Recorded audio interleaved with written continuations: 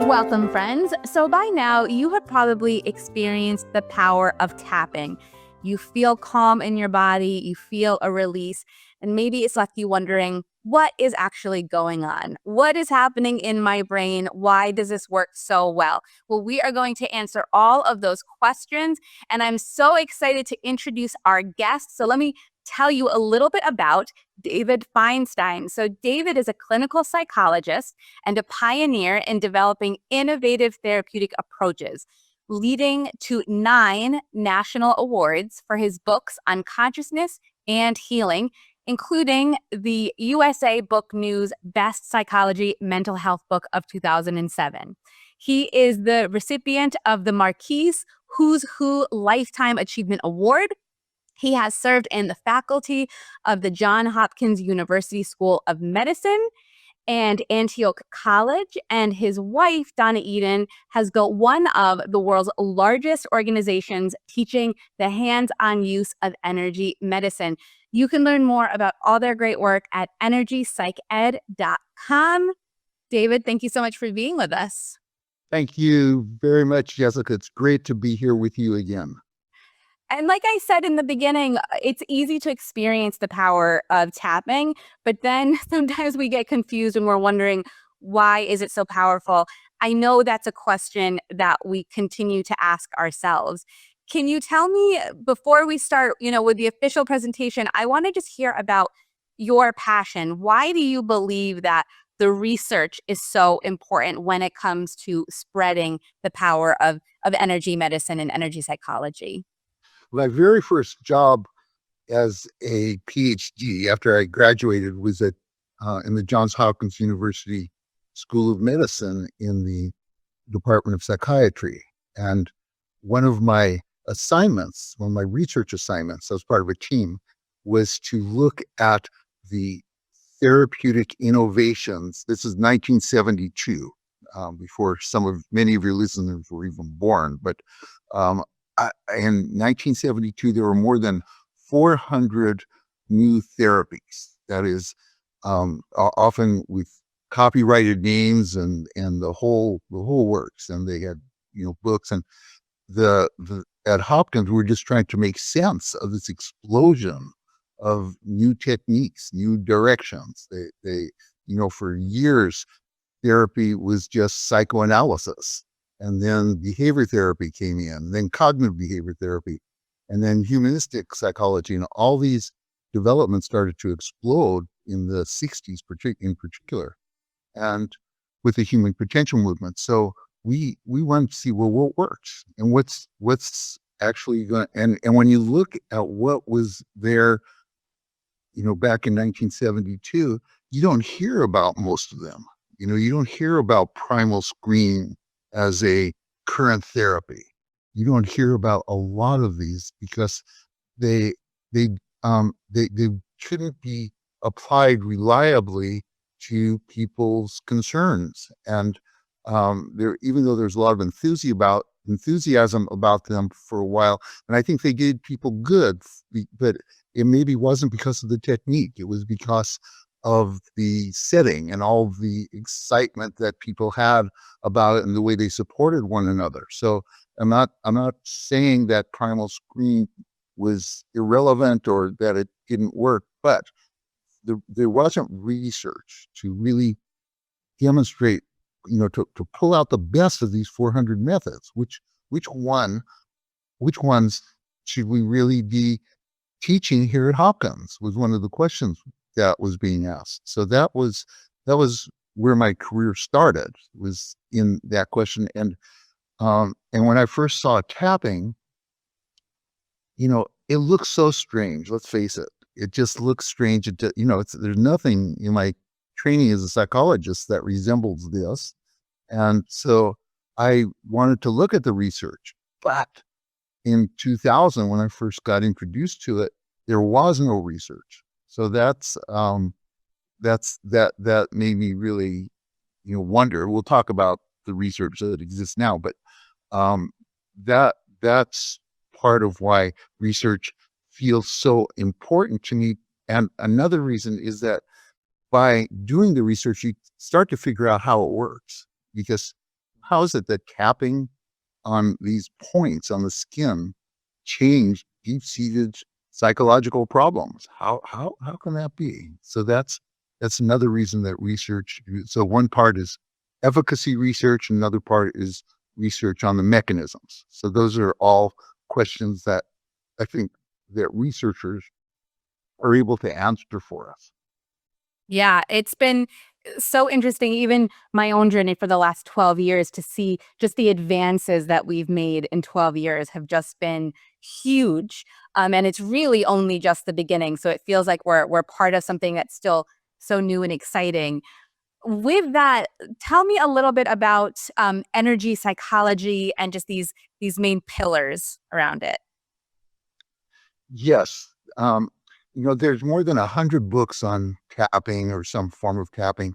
There are hundreds of articles that are published in both scientific journals and also in more popular places. So there's this amazing amount of information. And how do you make sense of it? How do you look at it? So I began compiling, particularly the research studies, the studies where there were clinical trials, to answer or what clusters, what are the concepts that really support this? And I call these the 6 pillars of energy psychology because they fit into 6 basic clusters. And and so, just to, give a graphic of that, this is just a kind of a metaphor, the 6 pillars, and they're really, each of them is a premise, and it didn't make it into a pillar until there were at least 6 studies that really supported that premise. So the first premise is that it works. That's hmm, that's certainly the key if anybody's going to benefit from it. And as I said, when I got interested in the energy psychology in 2000, there were 0 clinical trials. Clinical trial means that someone has systematically investigated what the person's condition was before treatment and then after treatment. Usually this would be on some kind of a psychological test or measure. And today, 20 years later, the first study didn't come out until 2003. The first published peer-reviewed journal article on showing that a tapping technique works. This one was with small animal phobia.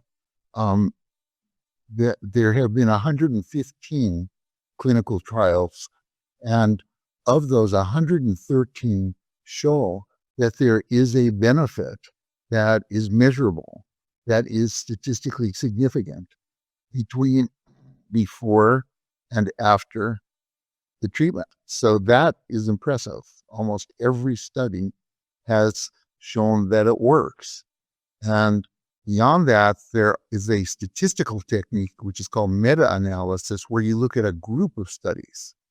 And a group of studies that are focused on the same area really gives you a bigger picture. Like, is it effective with depression? Or is it effective with anxiety? Is it effective with PTSD? And all 3 of those have been studied with meta-analyses. And in all cases, in all 3 studies, it shows that energy psychology or tapping treatments are highly effective. That is, they have what's called an effect size, a high effect size, an unusually high effect size with all 3 conditions. Now, the quality of the conclusions you can make, that is how firm you can be in them, depends on the quality of the studies. So if you did these meta-analyses on 30-some studies and the studies are poor quality, then your conclusions are going to be poor quality. One of the biggest criticisms of energy psychology has been that the people doing the studies are proponents of the method. And that's partially because nobody's funding it. So they're largely doing it out of their own pockets.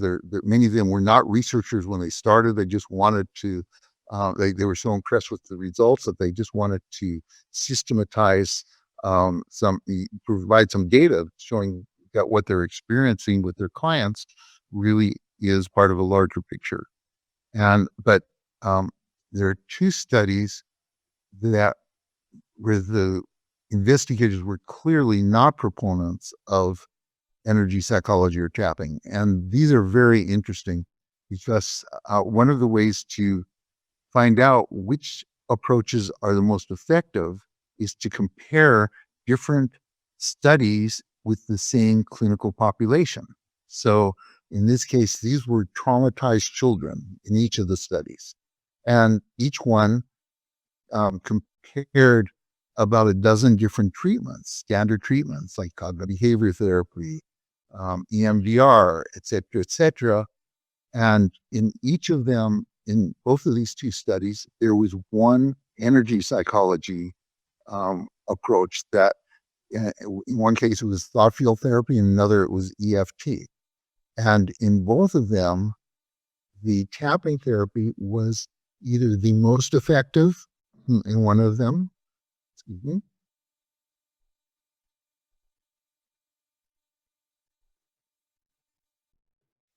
either the most effective in one of them or one of the two most effective and the one that had the was most long lasting. So this is really this you can't just say, well, it was because it was the proponent that was making these conclusions. These were not the proponents that were coming to these conclusions. Another way to establish that a new therapy works is to compare it with established therapies. And the gold standard in clinical psychology is cognitive behavior therapy. That's what the American Psychological Association recommends for many conditions. And at this point, there have been 10 what are called head-to-head studies between tapping and cognitive behavior therapy. And in all 10 of them, there was an equivalency where the tapping was at least as effective as the cognitive behavior therapy.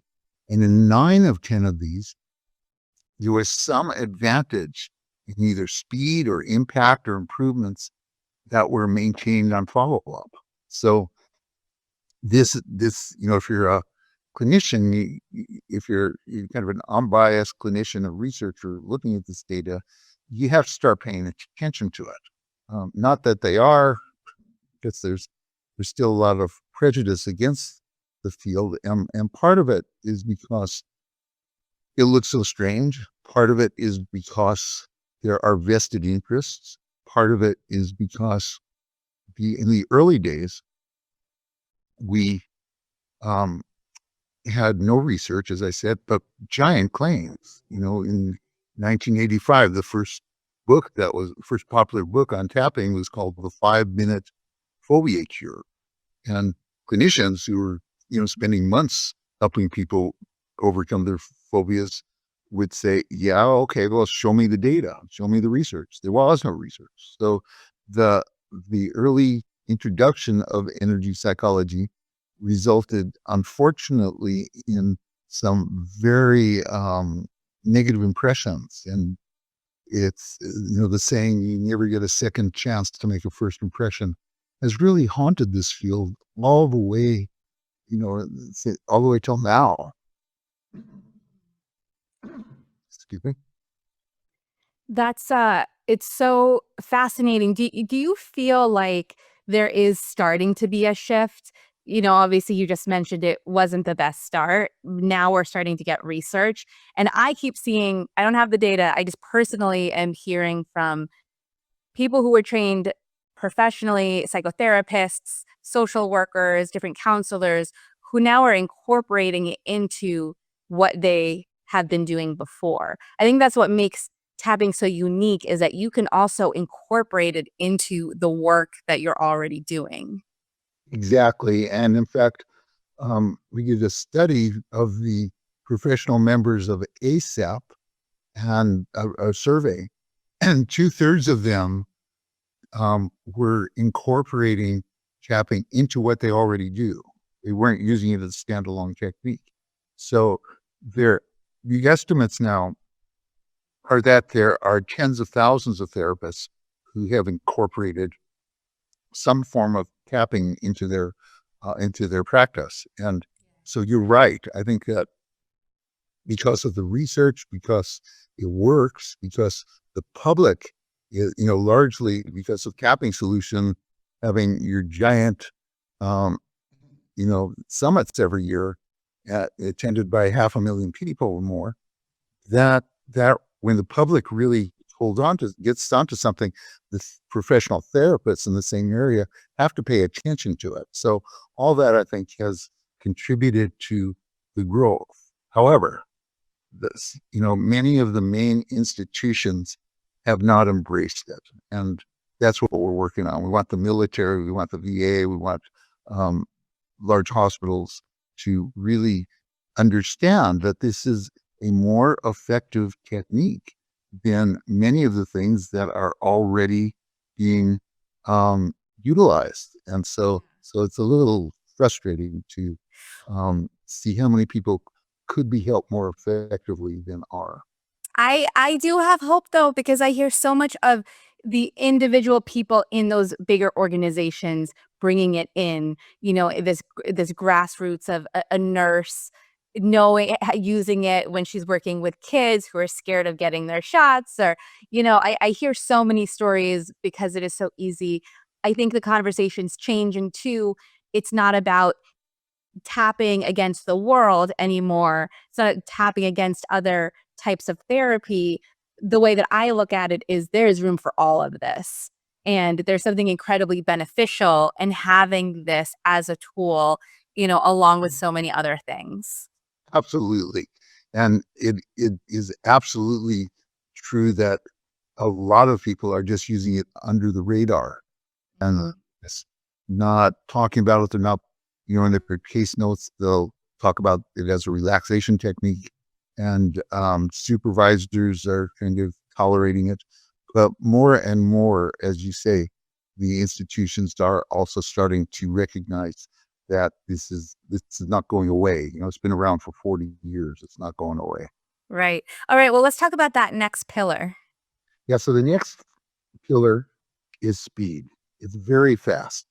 Um, there's a different study for each of these claims that capping sessions of 30 to 60 minutes have helped overcome a fear of small animals, have overcome claustrophobia, have overcome other specific phobias, overcome insomnia, have overcome symptoms of frozen shoulder, all of that in a single session, and even PTSD in a single session. Now, therapists don't talk about PTSD as being cured in a single session. And there are 4 studies, however, that showed that there were significant gains, not necessarily cure, but significant gains after one session. And I have interviewed the investigators in all 4 of those studies, and they told me that their intention was not to prove that one session is enough, because they know it isn't. However, what they were surprised though by how much change happened. For instance, in Rwanda, 145 adult survivors of the genocide, and the study was more than a decade after the genocide, um, were given treatment of one session, and the scores showed that the improvements around all the scales were highly significant, statistically significant, including anxious arousal, depression, irritability, intrusive experiences, defensive avoidance, and dissociation. So, and then amazingly, those results held at 2-year follow up. And not only that, the way that they conducted the study was that they trained local people to do the tapping, to do the tapping on their compatriots. And so that opens up a whole other realm, because tapping can be used by non-professionals. And that's just a really exciting development for community mental health. Right. Now, Okay, so you have the one session treatments, but also a tough thing like PTSD.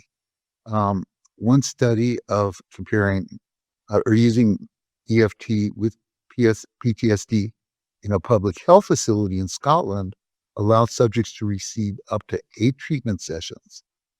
Voluntary termination of treatment occurred, however, after an average of 3.8 sessions, not the 8 treatment, but 3.8, with a large overall effect size on post-treatment measures showing that people had improved. And for comparison, cognitive behavior therapy, the standard of care for treating PTSD, averages 12 to 16 treatment sessions. And an extensive study that was published in the Journal of the American Medical Association showed that as many as 2/3 of service members and veterans completing a course of cognitive behavior therapy still met PTSD diagnostic criteria after the treatment. So that's the second pillar. Wow, okay, so w we know it's fast. I'm gonna lead you to the third pillar because you kinda touched upon that. I think it's fascinating that that study in Rwanda did a 2-year follow-up. I mean, that's extraordinary to have that data, that it's not just that moment, but you're checking in 2 years later. So, yeah, tell us about the third one. Exactly. And the third one is that the benefits last. Of the 115 studies that exist, clinical trials, 79 of them did follow up between 1 month and up to 2 years, like in the Rwanda study. And of those 79, 77 of them showed that a statistically significant improvement between pre-treatment assessments and assessments at the end of the follow-up period on at least one of the major targets for change that was being tracked. So that was another really, a really well-established pillar. The fourth pillar so those three are really the ones that a user of the technique really care about, that it works quickly, and that the benefits are sustained.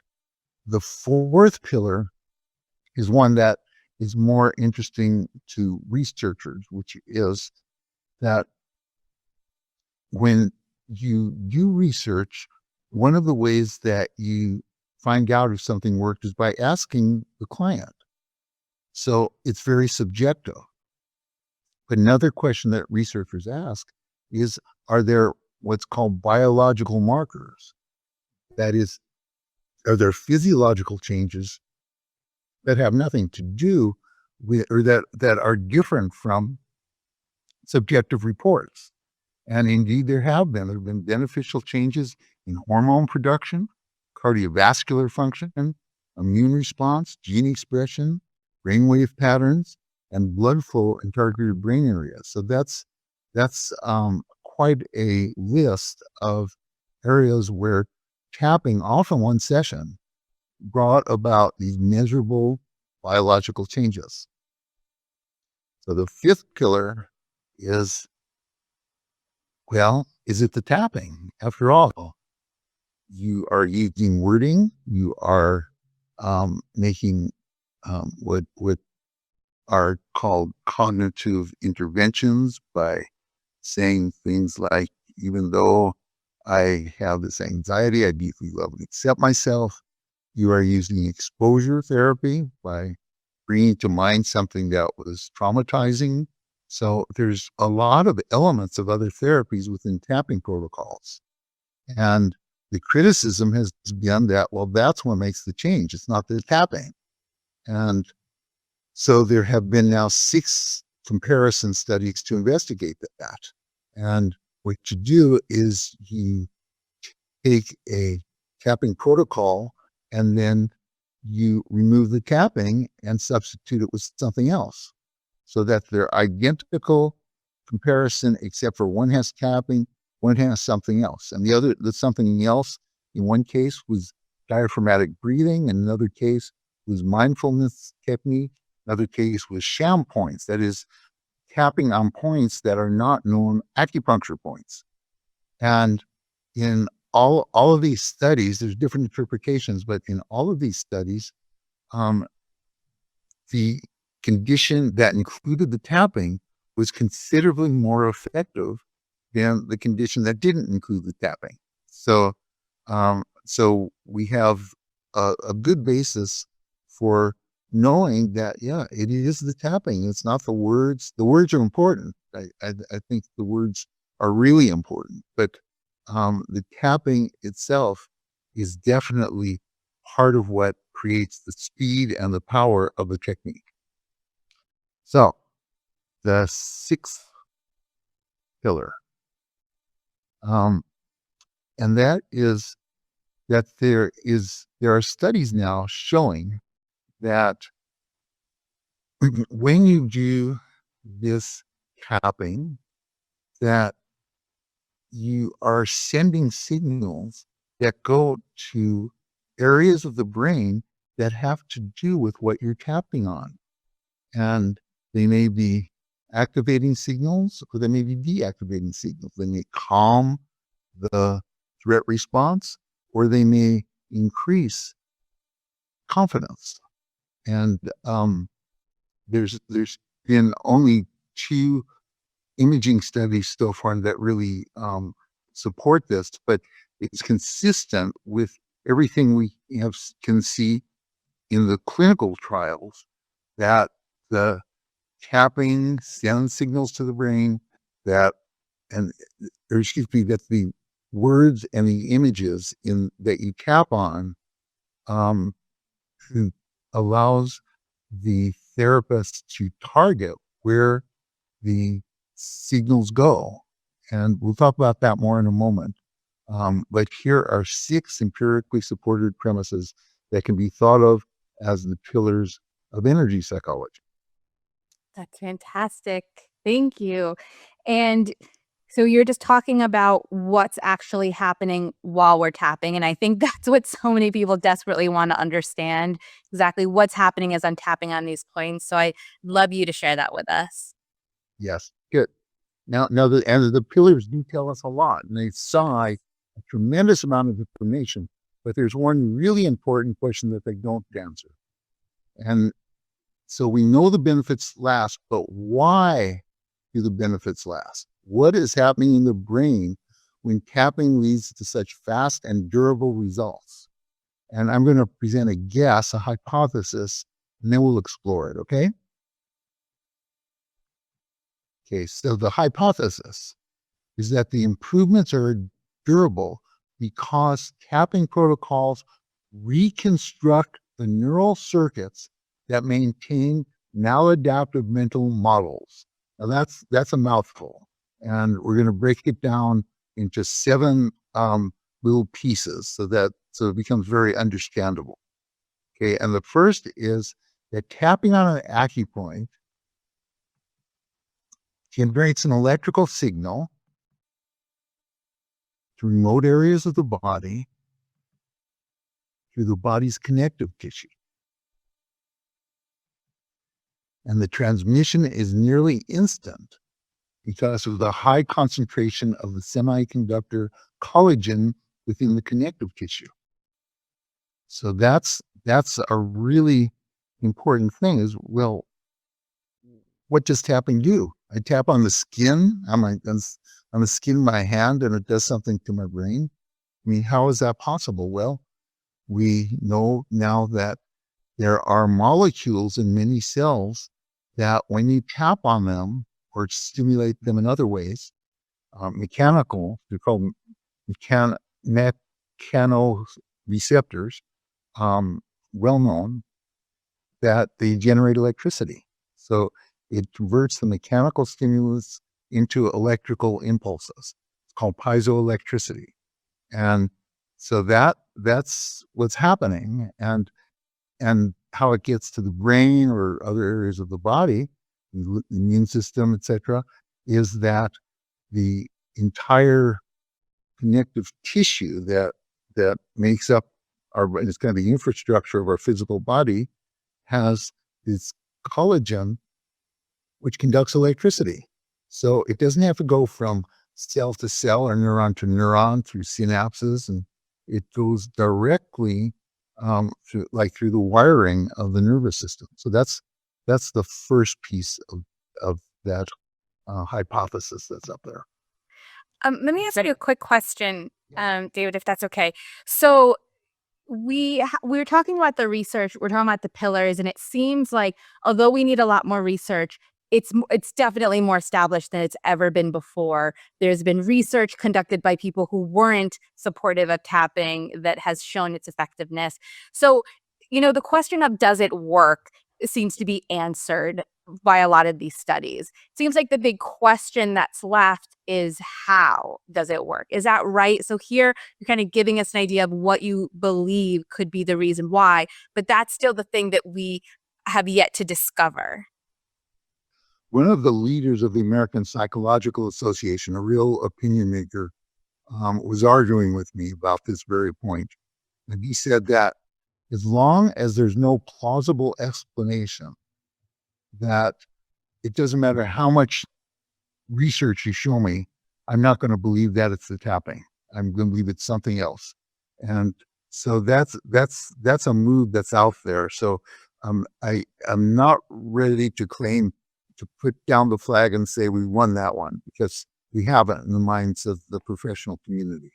But we're a lot closer, and so that's why this question of mechanisms is so important, because in the early days the explanations were pretty far out. You know, they were pretty far out. They were pretty metaphysical. They Right. they didn't fit scientific ways of thinking. Now we have explanations that totally are congruent with scientific ways of thinking. So that's where we'll move forward here. Is that the second um, point supporting this hypothesis is that these signals may deactivate arousal in the amygdala.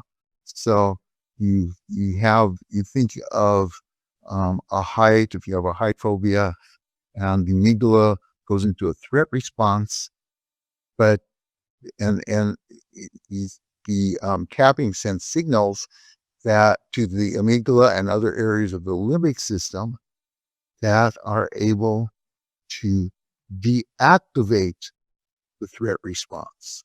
So that's pretty amazing. And that comes out of a 10-year research program at Harvard University, the medical school, on acupuncture. And that acupuncture is stimulating the same points that tapping stimulates. And there's a number of studies that show that there could be an equivalency between the two. So we have these studies that very clearly show that some acupuncture points deactivate arousal in the parts of the brain that have to do with emotion. So that's another really key piece of this. The third is that other points, the points are called tonification points in acupuncture. There's sedating points, which decrease activation, and tonification points that increase activation in areas of the brain involved with executive function. And these are areas that as you tap, it increases the activation, increases the amount of blood that goes to these areas, the amount of work that these areas can do. And that enhances things like your ability to plan, your ability to manage stress. Okay.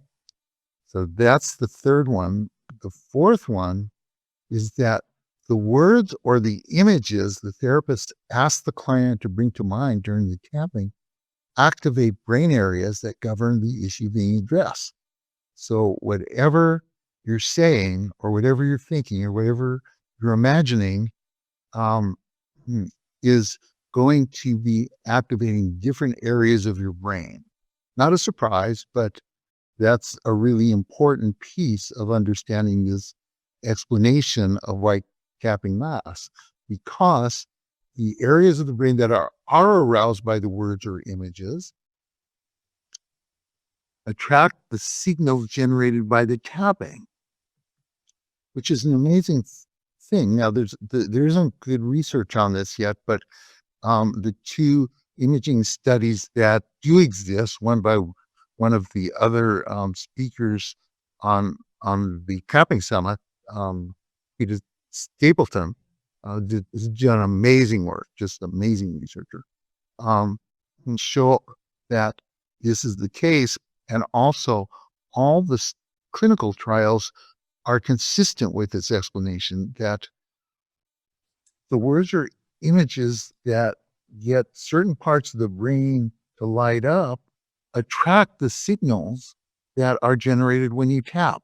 You get that? It just kind of a magnetic draw. And what that does is it allows the therapist to literally target the brain areas that will receive activating or deactivating signals. So that gives the tapper or the person leading the tapper a tremendous amount of power. There's I don't know any other therapy that is that precise in being able to really focus in on what areas of the brain are being treated at a particular moment. Now, whether the signals might, for instance, reduce panic while the image of a spider is being evoked in a person with a spider phobia. Okay, so you're able to see that kind of change in one session. It's always been amazing to me. One of my very first times that I was doing a course in South Africa for leaders. It was shortly after the end of apartheid, and we were working with these 46 people from all realms of South Africa, all economic, racial, etc. Very diverse group, but they're all leaders in the communities. And one of my specialties is what's called personal mythology. And because South Africa had just had such a massive shift in its mythology from the guy that was in prison for all those years now being president, I was brought in to help the leaders understand how their own personal mythologies evolved so that they could better understand how their communities were evolving, how the members in their communities were having to deal with these changes.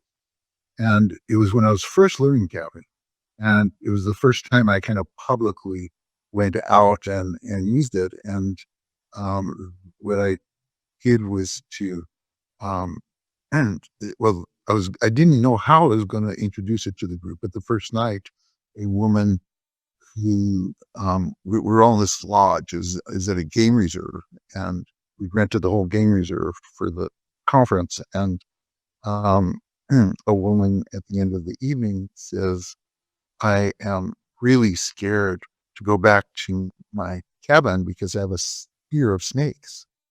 And so, 4 people popped up and walked her back. So she was fine. But I'm thinking, this is my opportunity. So I made some arrangements the next morning with the staff, and then talked to her at breakfast and said, I think I can help you with your snake phobia. And she was real interested in that. And I said, yes. And I'd like to do it as a demonstration in front of the group because it's a topic I wanted to address anyway. She said, oh, that's fine. I said, oh, and by the way, we're going to have to bring a snake in. And she wasn't so enthused about that part of the program, but I kind of charmed her into it. And so at 10 o'clock that morning, she gets into the center of the room, and I face her in a chair, and I put her chair so she can see the door. And into the door by prearrangement comes a handler with a big snake around his neck. And I asked her, what's it like to have to be in the same room as a snake? And she said, well, as long as I don't look at him, I'm okay. But I should probably tell you, I left my body 30 seconds ago. And so she was kind of dissociating. And I said, well, you don't have to look at him, and just focus on your feelings. And so we did just a standard tapping session, just what you expect, just what all of you know how to do. And within half an hour, she was walking up to the snake and she was petting the snake, and her snake phobia was gone. And it was gone. I checked up 2 years later, so it was still gone. And she lived in an area where she would occasionally run into. snakes. I hear stories about this all the time, and I never get used to them. I'm shocked every single time. And you were also very brave to give it kind of your first public try with tapping to go fully in and get a snake and everything. That's incredible. Yeah, fools rushing them. Uh, and that's how I felt when we first started doing caffeine when there was no research. I respect research and there's no research, and still I'm becoming a spokesperson for this technique that has no research. But you know, history is really proving that I bet on the right horse, on the right snake. Um, so we have this, someone who's been afraid of spiders, and so it increases the capacity to manage fear as well as decreasing the the response in the nervous system in the amygdala of threat. So here's a person with a flying phobia, and here he is after treatment, and so that is just so common. We're just those of us that are CAP, which are just so used to that with simple phobias. Now sometimes you'll be working with a phobia, and you'll find that there's all kinds of roots in the person's past that need to be dealt with first, and so it's not a 30-minute treatment, but often it is. And the what's important is why is it that the neurological changes outlast the tapping? And that's what we're really getting at here. Is why it's durable. And it's because of a process involving the dismantling of existing mental models and replacing them with new or revised models. And that's what the seventh point here is going to be talking about, is how that works. It's called reconsolidation. And it's a process that's initiated when what is experienced is not what was expected. Okay, so you have surprise, and surprise actually changes your neurology. There's a dopamine is released, and you are realizing that the old model that was surprised by this new experience isn't working anymore. And so,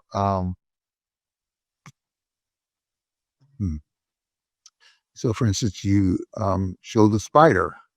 Now, when you tap down the fear, then the person is looking at the spider and they're not afraid.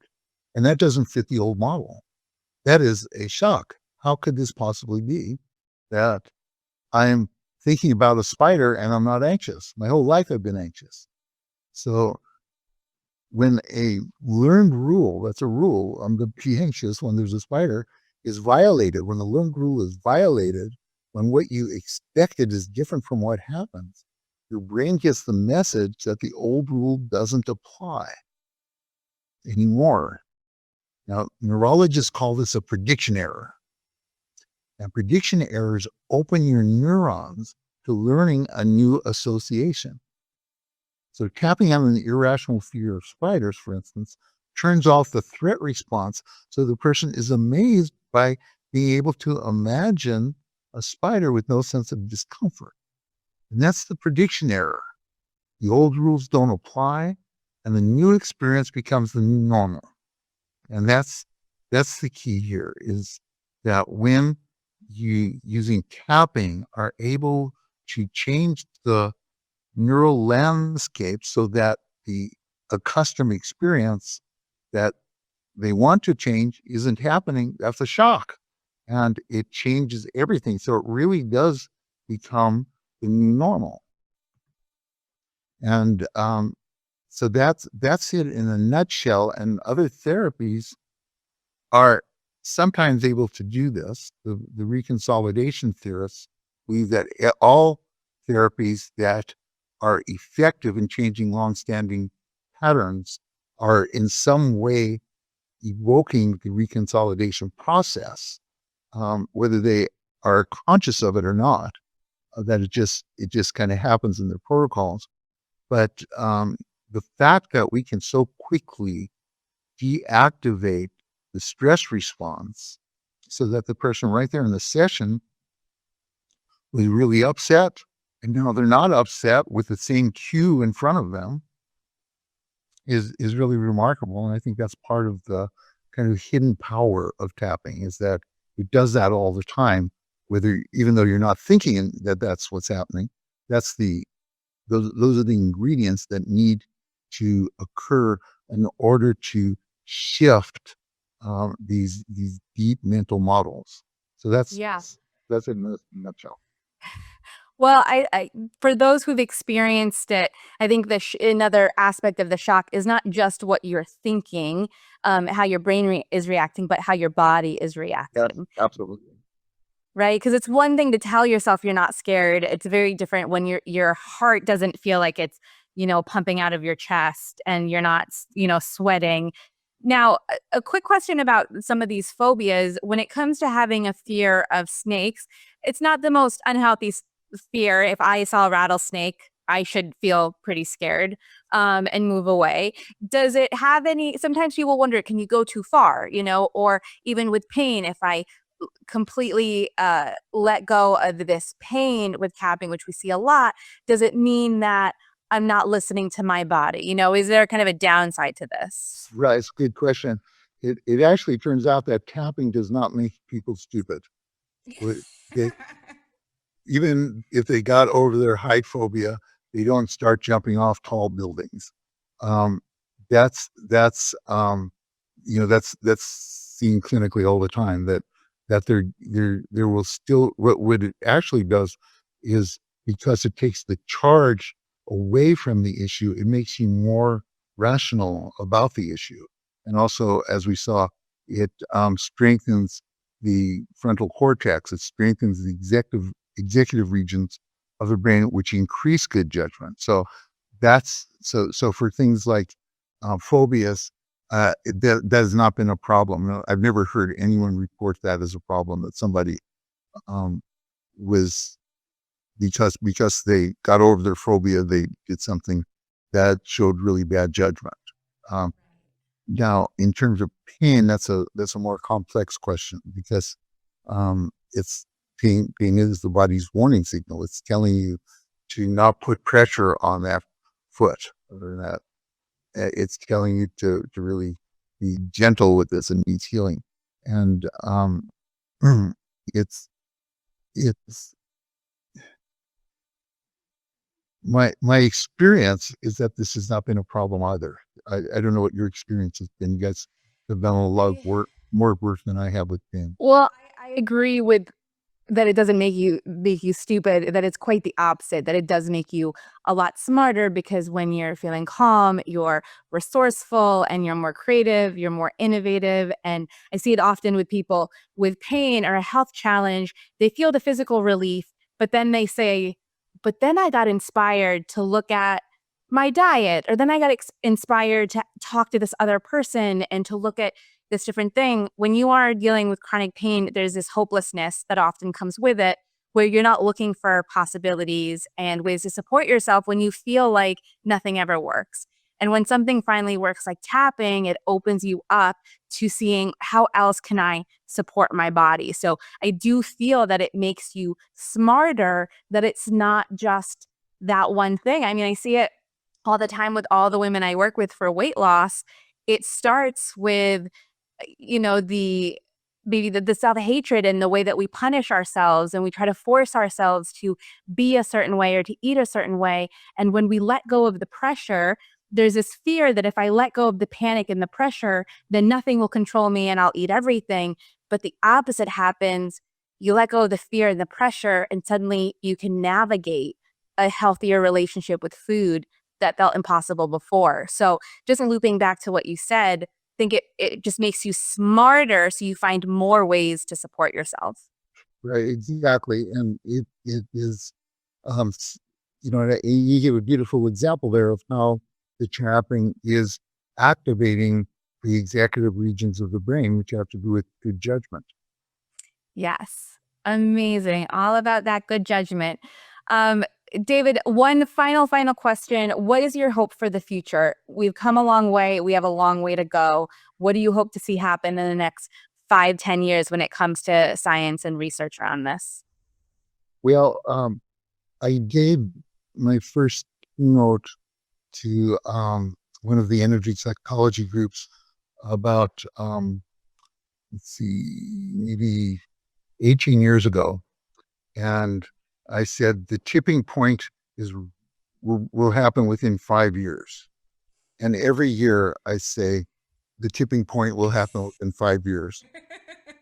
And so, but what I think where we're headed is that um, tapping is going to be standard procedure in most clinics, in most places that therapy is delivered.